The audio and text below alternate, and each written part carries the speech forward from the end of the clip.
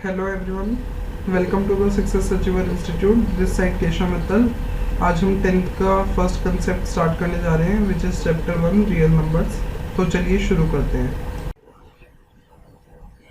तो आज का चैप्टर है chapter 1 real numbers, class 10th।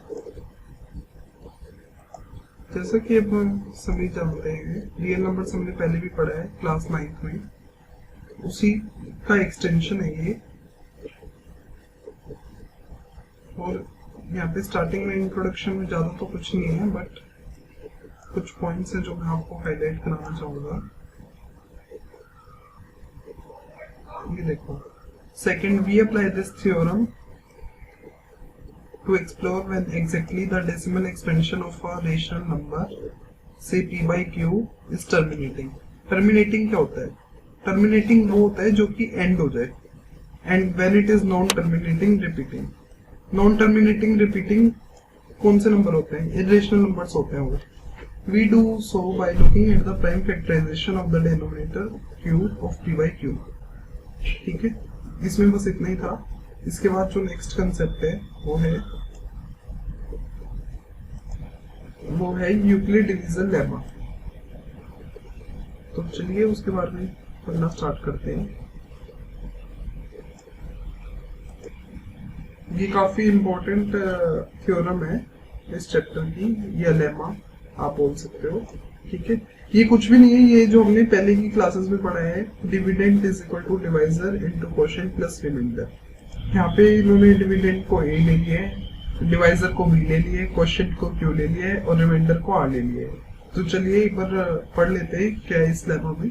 Given positive integers a and b, there exist unique integers q and r satisfying a is equal to bq plus r। मतलब dividend is equal to divisor into quotient plus remainder where 0 is less than r or equal to is less than b।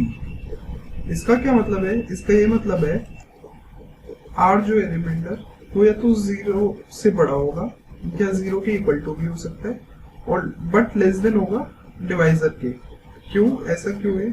अगर वो divisor के equal हो गया तो क्या होगा?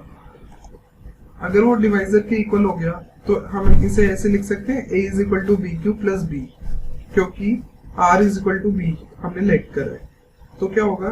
a is equal to B times of q plus 1 plus 0। ऐसा क्यों? क्योंकि b कॉमन आ जाएगा और q प्लस 1 रह जाएगा हमारा ब्रैकेट के अंदर, मतलब मल्टीप्लीकेशन में। ये जनरल अंडरस्टैंडिंग के लिए r हमेशा b से छोटा होगा, इसलिए होगा। अगर वो बड़ा हो गया तो वो फिर से डिवाइड हो जाएगा। अच्छा, एक और कंडीशन ले लेते हैं इसी में, if r is greater than b, फिर क्या होगा? फिर ये होगा a is equal to b into Q plus कुछ भी यहाँ पे आ सकता है एनी टाइम्स, वो डिपेंड करता है हमने r कितना बड़ा लिया है b से। और लास्ट में फिर जब लास्ट में फिर क्या होएगा? r फिर से छोटा हो जाएगा b से, और इस बार हम उसे लिखेंगे r2। ये सब जनरल अंडरस्टैंडिंग के लिए इस कंसेप्ट का कोई यूज नहीं होगा। ये जो कंसेप्ट है, इस कंसेप्ट का कोई यूज नहीं है। जैसा कि हमने यूक्लिड डिवीजन लेमा हमने पहले भी करा हुआ है, बस इसका मतलब बोलने का तरीका चेंज कर दिए। तो चलिए इस पे क्वेश्चन करते हैं जो कि काफी इजी है। तो चलिए एग्जांपल 1 देखते हैं। एग्जांपल 1 से पहले देखते हैं कुछ स्टेप्स बताए गए हैं यूक्लिड डिवीजन एल्गोरिथम के। अच्छा, अब आप लोग सोच रहे होंगे एल्गोरिथम और लेमा में क्या डिफरेंस है, तो एक बार चलो ये भी देख लेते हैं। एल्गोरिथम जो होती है वो सीरीज होती है वेल डिफाइंड स्टेप्स की। अभी जो नीचे स्टेप्स हैं उसकी सीरीज को हम एल्गोरिथम बोलेंगे। क्यों? वो एक प्रोसीजर दे देगी for solving a type of problem. वो किसी भी प्रॉब्लम को सॉल्व करने के लिए, एनी टाइप ऑफ प्रॉब्लम को सॉल्व करने के लिए जो प्रोसीजर देगी, वो उस सीरीज को हम एल्गोरिथम बोलते हैं। वेयर एज लेमा क्या होता है? लेमा एक प्रूवन स्टेटमेंट होती है, वो प्रूव की हुई स्टेटमेंट होती है, used for proving another statement. ठीक है, वो दूसरी स्टेटमेंट को प्रूव करने में यूज होती है। तो यहाँ पे स्टेप्स देख लेते हैं, क्या स्टेप है यूक्लिड डिवीजन एल्गोरिथम के। वो कहते हैं स्टेप 1 है to obtain the HCF of two positive integers say c and d with c greater than d, follow the steps below। Apply Euclid division lemma to C and D, so we find whole numbers Q and R such that C is equal to DQ plus R, where 0 is less than or equal to R is less than D. If R is equal to 0, D is the HCF of C and D. If R is not equal to 0, apply the division lemma to D and R. ये सब आपको काफी अजीब सा लग रहा होगा समझने में भी और पढ़ने में भी, लेकिन जैसे हम इसके ऊपर जो बेस्ड क्वेश्चन है वो करेंगे तो आपको सब क्लियर हो जाएगा. Continue the process till the remainder is 0. The divisor at this stage will be the required HCF. तो चलिए इस पे एग्जांपल नंबर 1 देख लेते हैं. वो क्या बोलता है? वो बोलता है use Euclid algorithm to find the HCF of 4052 and 12576. तो इसको हम कैसे करेंगे? इसको वैसे बुक में तो ऐसे दे रखा है, लेकिन जनरल अंडरस्टैंडिंग के लिए मैं दिखा देता हूँ कैसे करना है क्वेश्चन. वहाँ पे आप लोगों को समझ नहीं आ रहा होगा कि वो सब क्या चल रहा था, तो यहाँ पे आपको इजीली समझ आ जाएगा क्या हो रहा है. देखो 4052 जो है वो 12576 से छोटा है, तो वो डिवाइजर भी है तो उसको यहाँ पे लिख लेंगे आउटसाइड, और 12576 को इनसाइड लिख लेंगे. तो जब 4052 को 3 टाइम से मल्टीप्लाई करेंगे तो आएगा 12156. एक्चुअली हमें डिवाइजर को इस तरीके से लिखना होता है कि वो जो डिविडेंड से छोटा है या उसकी इक्वल टू में है. ठीक है, तो हमने इसे लिख लिया. तो जो हमारा रिमाइंडर बचता है वो बचता है 420. अब जो रिमाइंडर है वो हमारा नेक्स्ट डिवाइजर बन जाएगा, जैसे कि हमने स्टेप 2 में पढ़ा था. ठीक है, और जो 4052 है वो हमारा डिविडेंड बन जाएगा. और यही ऐसे हम फर्दर सॉल्व ऑन करते चले जाएंगे. कब तक? जब तक हमारा रिमाइंडर 0 नहीं आता. और जैसे ही हमारा रिमाइंडर 0 आ जाएगा, यहाँ पे स्पेस नहीं था तो मैंने इसको यहाँ पे लिख लिया है. ठीक है, और जैसे ही हमारा रिमाइंडर 0 आ जाएगा तो फिर क्या होगा? हमारा जो लास्ट वाला डिवाइजर है मतलब 4, ये जो 4 है यही हमारा वो बन जाएगा HCF ऑफ 4052 एंड 12576. मोरओवर अगर हम नोटिस करें तो ये जो 4 है ये HCF होगा 24 और 4 का भी, 124 और 24 का भी, 148 124 का भी, 272 148 का भी, एंड सो ऑन. ठीक है, ये क्यों होगा? क्योंकि हमने इसे इतनी बार जो ये डिवाइड करा है तो इसका भी HCF, इन दोनों का भी HCF हो जाएगा, इन दोनों का भी, इन दोनों का भी, इन दोनों का भी, इन दोनों का भी, और इन दोनों का भी. और इस 4 जो है ये सबका HCF होगा, ये 4. अब हमने इसे देखें तो वही आ गए 12576 is equal to 4052 into 3 plus reminder 420. और जब 420 को डिवाइजर बनाएंगे हम नेक्स्ट स्टेप में, और 4052 जो डिवाइजर था उसको अगर हम डिविडेंड बनाएंगे नेक्स्ट स्टेप में, तो उसको 9 टाइम्स जब मल्टीप्लाई करेंगे तो 272 रिमाइंडर आएगा, जो कि फिर से डिवाइजर बन जाएगा.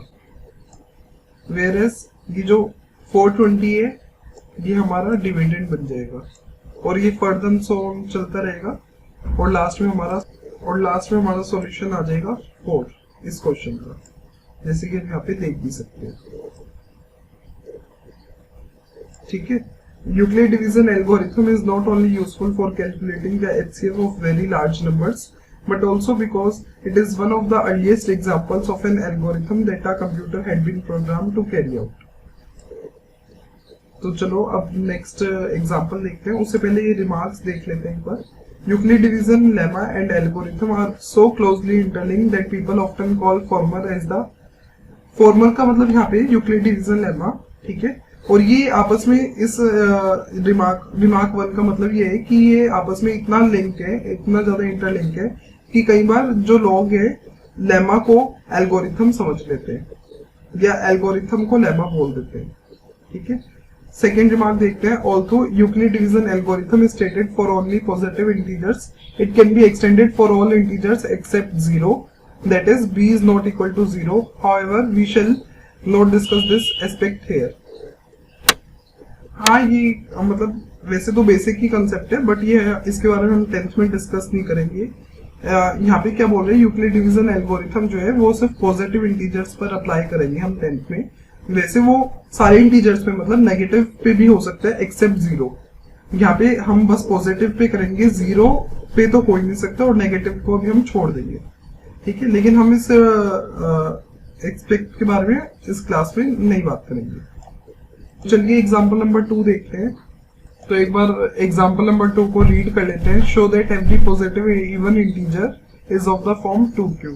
ये क्या कह रहा है कि शो करके दिखाइए ये कि एवरी पॉजिटिव इवन इंटीजर, जो हर कोई पॉजिटिव इवन इंटीजर होगा वो किस फॉर्म का होगा, वो 2q फॉर्म का होगा।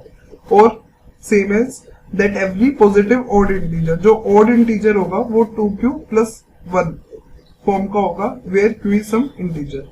तो चलिए इस एग्जांपल को करते हैं। तो ये रहा हमारा एग्जांपल नंबर 2, ठीक है। तो हम इसमें लेट करेंगे a को b यानी पॉजिटिव इंटीजर, ये पॉजिटिव है। हम लेट करेंगे a को कि वो पॉजिटिव इंटीजर है और b को लेट कर लेंगे 2। तो क्या होगा, तो यूक्लिड एल्गोरिथम के बिहाफ पे हम लिख सकते हैं a is equal to 2q plus r, where 0 is less than or equal to r is less than 2। क्योंकि 2 हमारा b है यहाँ पे इस केस में, तो फिर b से तो छोटा है ही r। अगर r इक्वल टू हो जाएगा, वो हम केस अभी ऊपर कर भी चुके हैं। So r can take value 0 and 1, क्योंकि इंटीजर्स की बात हो रही है यहाँ पे।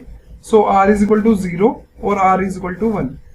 एज ये इसका मतलब रीजन है कि वो 0 और 1 क्यों होगा, क्योंकि वो 2 से तो छोटा है और 0 से बड़ा या इक्वल टू है।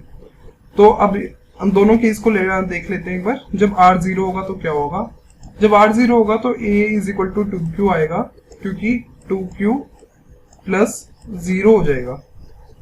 और 0 को लिखो या मत लिखो डजंट मैटर एट ऑल। और जब when r is equal to 1 होगा तो क्या होगा, a is equal to 2q plus 1, r की जगह हम 1 लिख देंगे। हम फर्स्ट केस को कंसीडर करें a is equal to 2q, तो ये पॉजिटिव इवन इंटीजर होगा। ऐसा क्यों, क्योंकि आप किसी भी नंबर को, चाहे वो ओड हो या इवन हो, अगर आप उस नंबर को 2 से मल्टीप्लाई करोगे या किसी इवन नंबर से मल्टीप्लाई करोगे तो उसका आंसर जो है वो हमेशा इवन आएगा, जो कि हम यहाँ पे देख भी सकते हैं। हाँ, 3 मैंने एग्जाम्पल रखे हैं आपके सामने। 5 into 10 is equal to 50, 2 into 4 is equal to 8। यहाँ पे 2 इवन नंबर्स की मल्टीप्लीकेशन हो रही है। इस केस में एक इवन है एक ओड है, ठीक है। और इस केस में एक ओड है एक इवन है। और तीनों का जैसे हम आंसर देख सकते हैं 58 और 14 आ रहा है, जो कि तीनों इवन नंबर है। तो ये हमारा प्रूव हो गया है कि a is equal to 2q क्या होगा, हमारा पॉजिटिव इवन इंटीजर होगा। जब r इज इक्वल टू 1 होगा तो a is equal to 2q plus 1 आएगा। जैसे कि अभी हमने प्रूव करा है कि 2q एक पॉजिटिव है, तो किसी भी पॉजिटिव इंटीजर में जो आप ऐड करोगे 1 या कोई भी ऑड नंबर, तो वो उसका आंसर क्या हो जाएगा, वो हो जाएगा ऑड। तो ये क्या होएगा, ये होएगा पॉजिटिव ऑड इंटीजर आ जाएगा हमारा। तो चलिए एक बार देख लेते हैं कि हमें प्रूव क्या करना था। हमें प्रूव करना था कि अगर वो इवन इंटीजर है तो 2q की फॉर्म में होना चाहिए, और अगर वो ऑड इंटीजर है तो 2q प्लस 1 की फॉर्म में होना चाहिए, जो कि हम प्रूव कर चुके हैं। अगर हम बुक का सॉल्यूशन भी देखें तो उन्होंने यही लिखा हुआ है कि लेट a बी यानी पॉजिटिव इंटीजर। हम लेट करेंगे a को पॉजिटिव इंटीजर है, फिर b को 2 लेट कर लेंगे। यूक्लिड एल्गोरिथम के थ्रू 2q प्लस r लिखेंगे, where for some integer q is greater than or equal to 0 and r is equal to 0 and 1 because 0 r जो है वो 0 और 2 के बीच में लाई कर रहा है। तो सो दो इक्वेशन निकलेंगे हमारी, जैसे अभी हमने देखा था a is equal to 2q और a is equal to 2q plus 1। तो ये मैंने अभी आपको समझाया भी है कि अगर a is of the form 2q होएगा तो वो इवन इंटीजर क्यों होगा, ये मैंने अभी एक्सप्लेन भी कर दिया है। तो वही चीज यहाँ पे लिखी हुई है। Also, a positive integer can be either even or odd. Therefore, any positive odd integer is of the form 2q plus 1. ये भी मैंने एक्सप्लेन कर दिया है। तो चलिए नेक्स्ट एग्जांपल पर चलते हैं, which is example number 3। Number 3 में क्या पूछा है, show that any positive odd integer, odd होना चाहिए, positive और odd integer is of the form 4q plus 1 और 4q plus 3, where q is some integer। इनका कहने का मतलब क्या है, इनका कहने का मतलब ये है कि कोई भी अगर पॉजिटिव ऑड इंटीजर होगा तो वो हमें शो करना है कि वो किस फॉर्म का होगा, या तो वो 4q प्लस 1 की फॉर्म का होगा या 4q प्लस 3 की फॉर्म का होगा। तो चलिए इसे सॉल्व करते हैं। यहाँ पे थोड़ा सा अनक्लियर हो गया। तो यहाँ पे ये जो मैंने लिया है let a be a positive odd integer, ठीक है, पॉजिटिव। ये मैंने शॉर्टकट में लिख दिया, लेकिन आपको पेपर में पूरा पॉजिटिव ही लिखना है। उसके बाद late a be a positive odd integer when we apply Euclid division algorithm with b is equal to 4।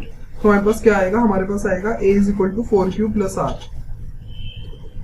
क्योंकि हमने b की जगह 4 पुट कर दिया बस। where 0 is less than or equal to r is less than 4। So possible reminder, उसके possible reminder क्या होंगे, वो बस यही होंगे 0, 1, 2 एंड 3। ठीक है, सो a कैन बी 4q। हाँ, तो अब यहाँ पे r की वैल्यूज अगर हम पुट करते चलाएंगे तो क्या क्या आएगा, 4q, 4q plus 1, 4q plus 2 and 4q plus 3। But जैसे कि हमें पता है कि हमने जो a है हमने उसे लेट करा है पॉजिटिव ऑड इंटीजर, तो लेकिन 4q और 4 ये जो 4q है और जो ये 4q plus 2 है, ये अभी अभी हमने प्रूव करा था।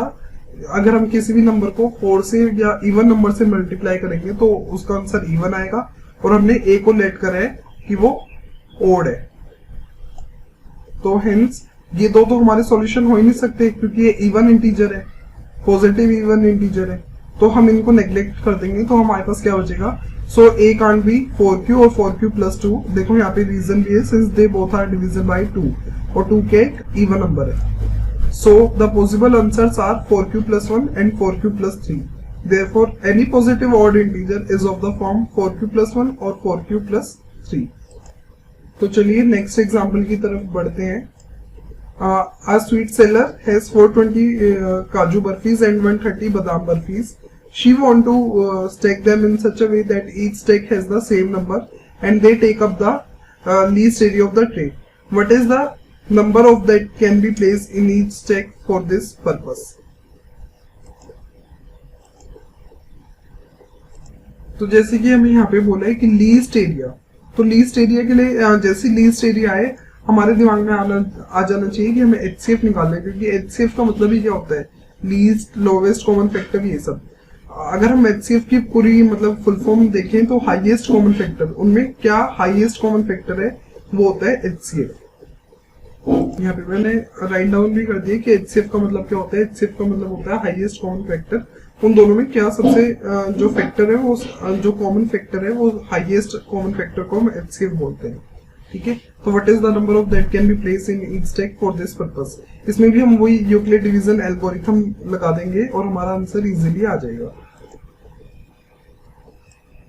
देखो HCF ऑफ 420 एंड 130, तो क्या होगा, 130 बाहर आ जाएगा, 420 अंदर आ जाएगा, क्योंकि 130 इज लेस देन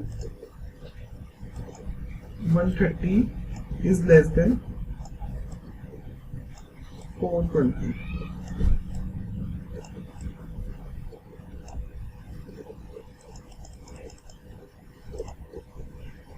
तो 420 और 130 का अगर हम एल्गोरिथम लगाएंगे यूक्लिड डिवीजन एल्गोरिथम, तो क्या आएगा, यहाँ पे हमारे पास रिमाइंडर 30 बन जाएगा और ये जो डिवाइजर था ये इस बार डिविडेंड बन जाएगा।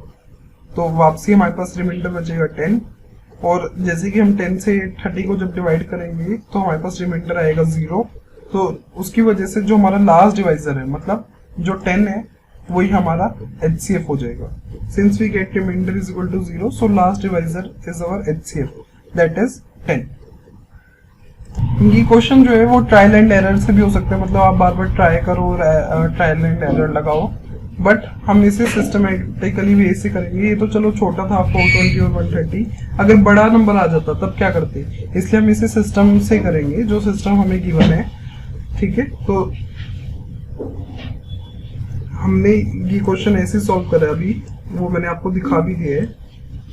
आपको पेपर में इसी फॉर्म में लिखना है, वो आपका रफ वर्क है जो मैं आपको दिखा रहा हूँ ना बार बार, मतलब लॉन्ग डिवीजन मेथड, वो आपका रफ वर्क है, वो आप उसे पेपर में उसे भी लिख सकते हो, नो इशू, बट आपको ऐसे भी लिखना है। So the HCF of 420 and 130 is 10, therefore the sweet seller can make stacks of 10 for both kinds of barfi.